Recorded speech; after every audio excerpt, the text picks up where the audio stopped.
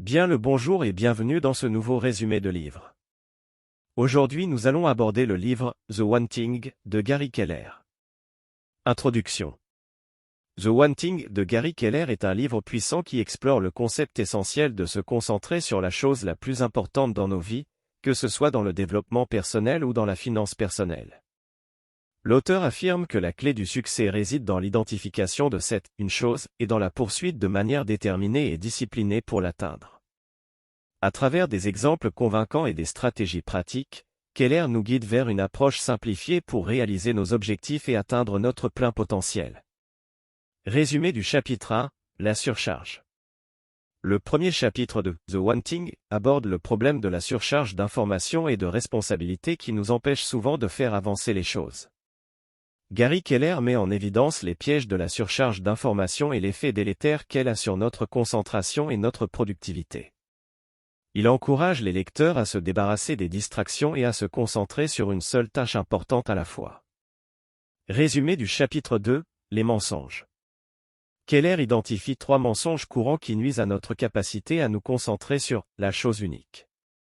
Ces mensonges incluent la croyance que nous pouvons tout faire, que la réussite résulte de la discipline et que la volonté est illimitée. L'auteur démontre que ces croyances sont erronées et que nous devons plutôt nous concentrer sur ce qui compte vraiment. Résumé du chapitre 3, la vérité. Dans ce chapitre, Gary Keller révèle la vérité fondamentale, le succès provient de la concentration sur une seule chose à la fois. Il explique que nous devons faire des choix et renoncer à certaines choses pour atteindre nos objectifs. L'auteur introduit le concept de domino à effet et montre comment en se concentrant sur la première tâche importante, nous pouvons créer un effet domino qui entraîne des résultats extraordinaires. Résumé du chapitre 4, le chemin du succès. Gary Keller met en évidence le lien entre le succès et la détermination de la pierre angulaire, la tâche la plus importante qui nous rapproche de notre objectif ultime. Il encourage les lecteurs à se concentrer sur cette tâche avec persévérance et à ignorer les obstacles qui peuvent se présenter. Résumé du chapitre 5, la clé. Dans ce chapitre, l'auteur présente la clé pour réussir à se concentrer sur la chose unique. Il s'agit de poser une question puissante, quelle est la seule chose que je peux faire, telle que en la faisant tout le reste deviendra plus facile ou même inutile. Keller explique comment cette question peut nous guider vers des choix plus judicieux et une concentration accrue. Résumé du chapitre 6, les gens à succès. Gary Keller analyse les comportements des personnes les plus réussies et découvre un modèle commun, leur capacité à se concentrer sur la chose unique. Il présente des études de cas de personnalité qui ont utilisé cette approche pour atteindre des sommets dans leurs domaines respectifs. Résumé du chapitre 7, la règle 80/20. L'auteur explore la règle du 80/20, ou le principe de Pareto, et son application dans notre vie quotidienne.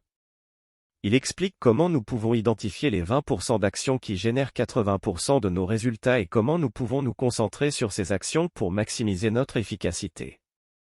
Résumé du chapitre 8, l'illusion de la discipline.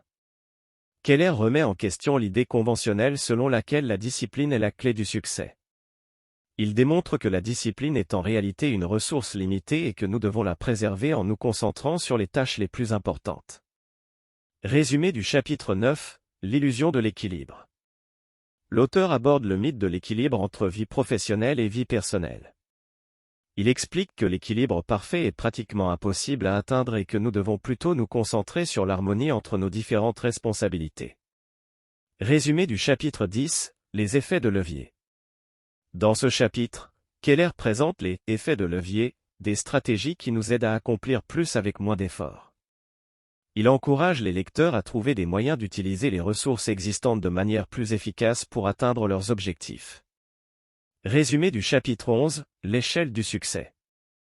L'auteur introduit l'échelle du succès, qui représente les différents niveaux de réussite que nous pouvons atteindre en nous concentrant sur la chose unique.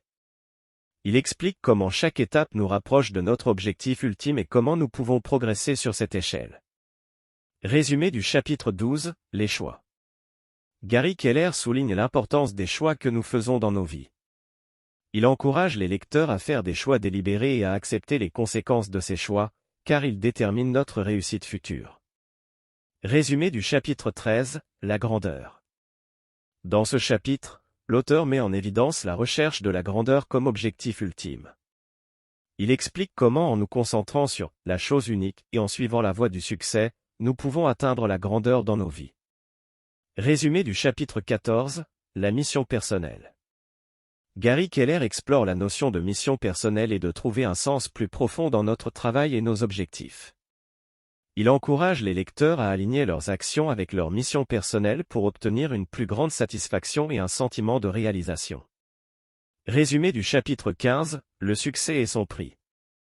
Dans ce chapitre, l'auteur met en garde contre les sacrifices nécessaires pour atteindre le succès. Il explique que le succès exige de renoncer à certaines choses et de faire face à des défis, mais que le résultat en vaut la peine. Résumé du chapitre 16, la vie de vos rêves. Gary Keller encourage les lecteurs à rêver grand et à poursuivre leurs objectifs avec détermination. Il explique que nous pouvons créer la vie de nos rêves en nous concentrant sur la chose unique et en prenant des mesures décisives pour l'atteindre. Résumé du chapitre 17, vivre le livre. Dans ce dernier chapitre, l'auteur encourage les lecteurs à mettre en pratique les enseignements du livre dans leur vie quotidienne. Il souligne que la clé du succès réside dans l'action, et que nous devons nous engager à vivre selon les principes de The One Thing pour atteindre nos objectifs et réaliser notre plein potentiel. Conclusion. The One Thing de Gary Keller offre une approche puissante et pragmatique pour atteindre le succès dans tous les domaines de la vie.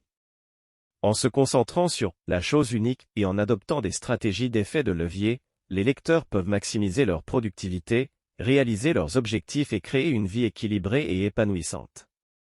L'auteur nous rappelle que le succès exige des choix délibérés et des sacrifices, mais que cela en vaut la peine pour atteindre la grandeur et la satisfaction personnelle.